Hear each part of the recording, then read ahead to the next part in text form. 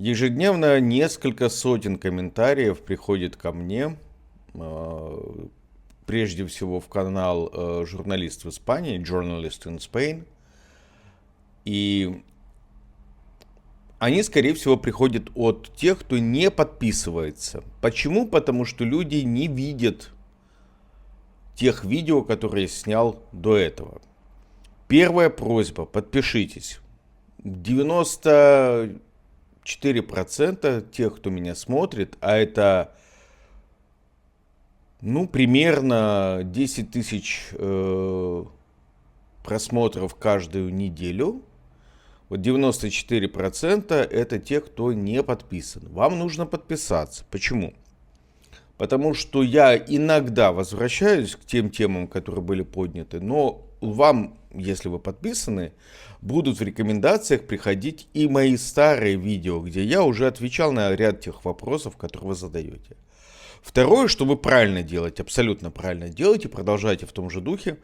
Пишите комментарии, потому что по концовке этого месяца я разыграю, то есть уже в феврале, я разыграю 3 подписки на VPN среди тех, кто оставил комментарии. То есть случайным образом буду выбирать 3 комментария, подчеркиваю, 3 комментария. И если комментатор подписчик мой, то он получает бесплатную подписку на VPN. Если вы оставили комментарий, но вы не подписчик, и ваш комментарий был выбран, то, извините, придется выбрать кого-то другого. Надо подписаться и оставлять комментарий. А те, кто уже мой подписчик, обратите внимание на колокольчик. То, что называется колокольчиком, это все уведомления. Вот это вам нужно выбрать, все уведомления, вот этот звенящий колокольчик, потому что иногда не все видео показывают, понятно, что у меня есть несколько аккаунтов в YouTube, и я вижу, что не все мои видео на канале «Журналист в Испании» отображаются у подписчиков, потому что надо проверить, нажмите на все уведомления. Комментарии вы оставляете, как я сказал, много, это хорошо. Есть еще канал Адвокат Фри. Давайте с этого начнем. Advocate Free имеет то же значение, что и Sugar Free. То есть нигде, ни в одном из видео я не говорил, что я буду вашим адвокатом. Advocate, адвокация, защита, вот в каком смысле. И Advocate Free, в моем понимании, это бесплатная защита. Защита ту, которую вы можете оказать себе сами. Поэтому этот канал называется «Школа юридической самозащиты». Я только в этом канале специализированно выкладываю видео, которые относятся к юридической самозащите. Чтобы вам не нужно было нанимать адвокатов. И это второе значение. Sugar free, да, то есть без адвоката. Чтобы вы там сами себе помогли в тех вопросах, которые вам нужно. Понимаете? Этот смысл канала я вкладываю.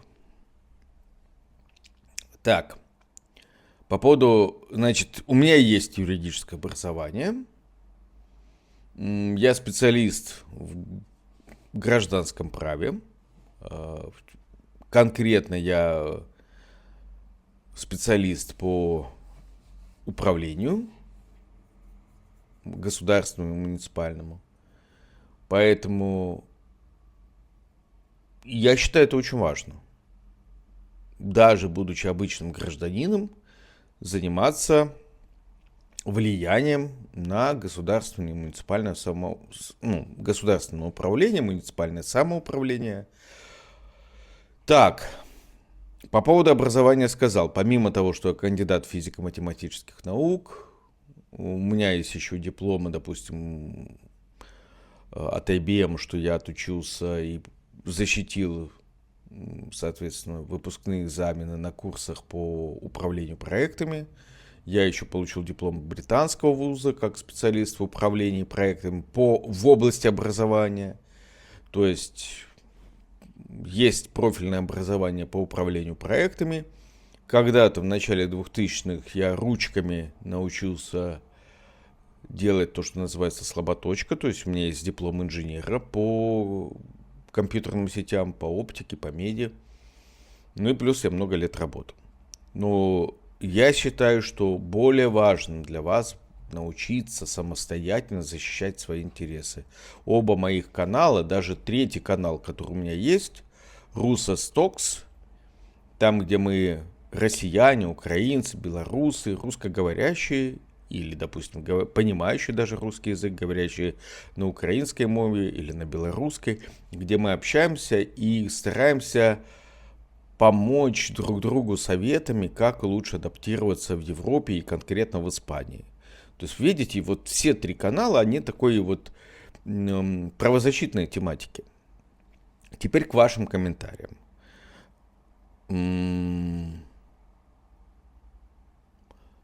Мне написали, как я понимаю, украинцы, мне написали россияне по поводу того, что вот терпила, не терпила, и хороший, нехороший русский, и просрали ли страну. Давайте пошагово. Первый раз председателем ТСЖ я стал где-то в 2009 году. Товарищество собственников жилья в Краснодаре. Был такой частный застройщик, малоквартирный дом, куча проблем. Встряли, купив квартиру там. И я понял, что если я сам себе не помогу, никто не поможет. Можно сказать, что до 2009 года я общественной деятельностью практически не занимался бизнесом частным, работал на дяде. Но вот в 2009 я стал председателем ТСЖ и отстаивал интересы жильцов этого дома. Очень много проблем, особенно в частных домах частных застройщиков, но вот считал, что мне нужно самому возглавить эту борьбу. Дальше, поскольку я переезжал, то есть у меня ребенок родился, я переезжал, где-то в 2012 году, наверное, в 2012 я переехал и опять стал председателем ТСЖ, уже в доме, вернее, в нескольких домах на фестивальном микрорайоне в Краснодаре. Это большие многоквартирники, за 100 квартир в каждом. И там я отстаивал интересы уже большого количества людей. Кстати, да, я там председателем ТСЖ, в обоих случаях я эти ТСЖ организовывал. То есть я их создавал, проводил эти общие собрания. Знаю, насколько сложно это все организовать, собрать кворум, чтобы это все было легитимно. Первым же врагом, который выступил против нас и, собственно, против которого мы собирались бороться, это управляющая компания. И там было все. Уже на фестивальном было все. То есть и нападали на меня представители управляющей компании, так что полицию приходилось вызывать.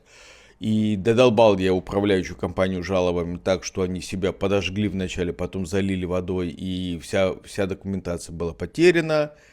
Вот. Поддерживал я даже независимого кандидата в мэры Краснодара, где-то там вот в 13-14 годах. Вот. То есть активно занимался, опять же, такой вот гражданской правозащитой в интересах большой группы лиц. Но это, если хотите, такая была все-таки бытовая, очень важная вещь. Я вам всем рекомендую создавать ТСЖ. Это самая правильная форма горизонтальной связи. И чтобы прям вот не размазываться дальше, в 2017 году я начал, уже живя в горячем ключе Краснодарского края, начал бороться за права жителей и соседей. И это правильно, когда ты вот живешь на месте и борешься за права тех людей, кто рядом с тобой. Они типа поддерживают. С 17 года я боролся. Это есть видео в интернете, можно найти. Я сделал отдельный ролик о своих достижениях и своем опыте. Есть ролики в интернете, как я выступал на телевидении, как я приглашал туда всякие общественные организации. В конечном итоге, что мне удалось добиться? Освещение на улице, оптической линии связи на улице, чтобы ее построили. Ежегодно я добивался того, чтобы улицы отсыпали. Я принял участие, не я был инициатором, но я принял участие в строительстве кооперативного канализации по улицам, где я жил. Видите, я спокойно могу быть просто рядовым членом вот, команды из 22 человек, или 18 у нас вначале было. То есть, и не обязательно быть лидером. Главное быть активным. Дальше. Мы все время расчищали ливневки, благодаря моей инициативе по тем улицам, где я жил, в том районе. Я занимался наблюдением на выборах, учился в штабе Навального, потом, соответственно, шел самопредставителем Явлинского, участвовал в наблюдении за выборами в 2018 году. К 2019 году, даже в 2019 году, я наконец-таки додолбал уже депутатов местных до уровня, что они согласились сделать проект асфальтирования улиц. Кольца улиц, там, где я жил. Этот асфальт был, но мне удалось найти документы, подтверждающие, что он был. То есть с 17 по 19 год администрация отнекивалась и говорила, нет, там никогда не было асфальта. В 2020 году я пошел как самовыдвиженец на выборы. Выборы были украдены, тому есть подтверждение. Год судился за результаты этих выборов, но народ пошел и проголосовал за меня. В 2021 году занимался помощью подтопленцам в горячем ключе. Один был из организаторов этого волонтерского движения. 2 месяца мотался каждый день, помогал, развозил продукты, одежду. Это тоже есть все в интернете, можно найти эту информацию. И в 2021 году стал руководителем корпункта местных журналистов регионального издания Туапсе-Инфо, писал статьи в эту газету, на сайт, писал журналистские запросы. Администрация «Горячего ключа» категорически не любила мои запросы. Мэр Белопольский неоднократно меня просил перестать писать эти запросы. Жители ко мне обращались, сообщали информацию о беспределе в полиции, в разных других органах. Я и по их просьбам писал запросы, чтобы подтолкнуть ситуацию. В это же время, в 2021 году, занимался экологической деятельностью, защищал природу, обращал внимание на то, что свалка горит в горячем ключе постоянно, ездил вместе с экологической вахтой по Северному Кавказу, вы смотрели места возможной организации завода по сжиганию мусора в Горячеключском районе. Об этом потом сделал публикацию, которая вызвала жуткое недовольство администрации Горячего Ключа, потому что моя публикация всколыхнула жителей Горячего Ключа, когда я выложил информацию, где конкретно планируется сделать завод. Потом в 2022 году обнаружил места слива фекалий в Горячем Ключе в нескольких местах, в Псикупс. Это делал водоканал. И пытался добиться того, чтобы виновные были наказаны, а эта практика прекратилась. В 22 же году никто меня не заставлял поехать и снимать, и в 21 году я это делал, и в 22 году я, как журналист, ездил, снимал пикеты, в которые вставали граждане. Если в 21 году эти были пикеты против строительства мусорного полигона, опять же, есть информация, куча ссылок, что именно я был тем человеком, кто снимал эти пикеты и размещал об этом информацию. В 22 году я добровольно поехал снимать пикеты антивоенные, с которыми выходили некоторое, очень малое количество жителей Горячего Ключа. И когда их начали преследовать, этих жителей, они мне позвонили, не каким-то адвокатам, не каким-то активистам, которые в конце концов оказались турбопатриотами. Они позвонили мне, независимому журналисту, руководителю корпункта Туапсе-Инфо в горячем ключе, чтобы я приехал и фиксировал. Я не вмешивался, я просто с другой стороны улицы фиксировал то, что происходит, тот беспредел. И только благодаря моему присутствию на месте, я в этом уверен, полиция, которая подготовила засаду на антивоенных активистов, отпустила эту девушку, Анну. Их взяли в заложники, они сидели в машине, их никуда не отпускали. Вот они их отпустили, и Анна поняла, что это для нее сигнал, и уехала из России. Если бы я туда не приехал, там было много-много полиции, 3, по-моему, 4 машины, есть об этом видео в моем канале. Кто меня заставлял это делать? Никто. Я приехал, потому что это моя обязанность как журналиста фиксировать и информировать людей об этом. Ну и теперь отвечая на комментарий украинского подписчика или возможного подписчика по поводу плохих, хороших русских. Когда ты живешь в окружении членов ЧВК «Вагнер», в твоем бывшем круге общения оказалось очень много Z-патриотов, так называемых,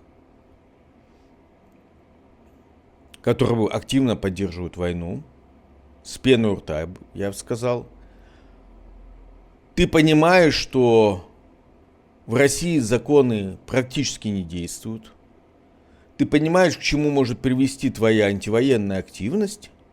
И тем не менее, ты все равно по зову сердца высказываешься против войны и получаешь ответочку, ту, которой ты боялся, но все равно не мог смолчать. Тебя сжигают дом, ты теряешь все свое имущество, ты теряешь место работы, потому что я работал на удаленно из дома, и средства производства у меня находилось в доме. Ты теряешь семью, как по факту потом оказалось. Ты остаешься в Европе один с 1000 евро на обратный билет, без связей, без поддержки, без возможности получить запись в полицию, чтобы просто заявить, что ты беженец, проситель убежища. Я полгода искал эту долбаную ситу, чтобы просто прийти в полицию и сказать, что я проситель убежища. Право на работу я получил только в ноябре 23 года, то есть почти через год после того, как я остался в этих обстоятельствах в Европе. Понимаете? Все это время я должен был как-то выживать. И поверьте мне, на 1000 евро выжить в это время невозможно. В это же время, в 23 году, у меня выходит камень из почки, застревает, и я болею. В это же время у меня, не буду говорить какие, но происходят ужасные события в семье, дома. Могу сказать только, что одно из этих ужасных событий: у меня скоропостижно сгорает от рака отец, умирает в мае 23 года. И все это время я продолжаю высказываться против войны. Я организовываю канал антивоенной направленности, и который направлен на взаимопомощь таким, как я, нуждающимся в Европе, канал Русостокс. Я участвую в антивоенных движениях здесь, в Европе. И те, кто пишет мне в комментариях, украинцы: ты не борешься, вы против режима, вы просрали войну. Я не имею права рассказывать сейчас, как я борюсь до сих пор с режимом, но могу дать вам подсказку.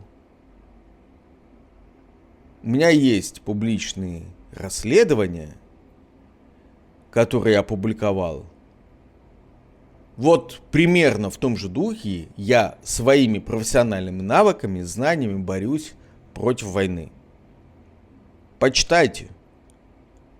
Я считаю, что я делаю очень важное, нужное дело, которое никто не может сделать так хорошо, как делаю его я. Что вы мне предлагаете, граждане Украины?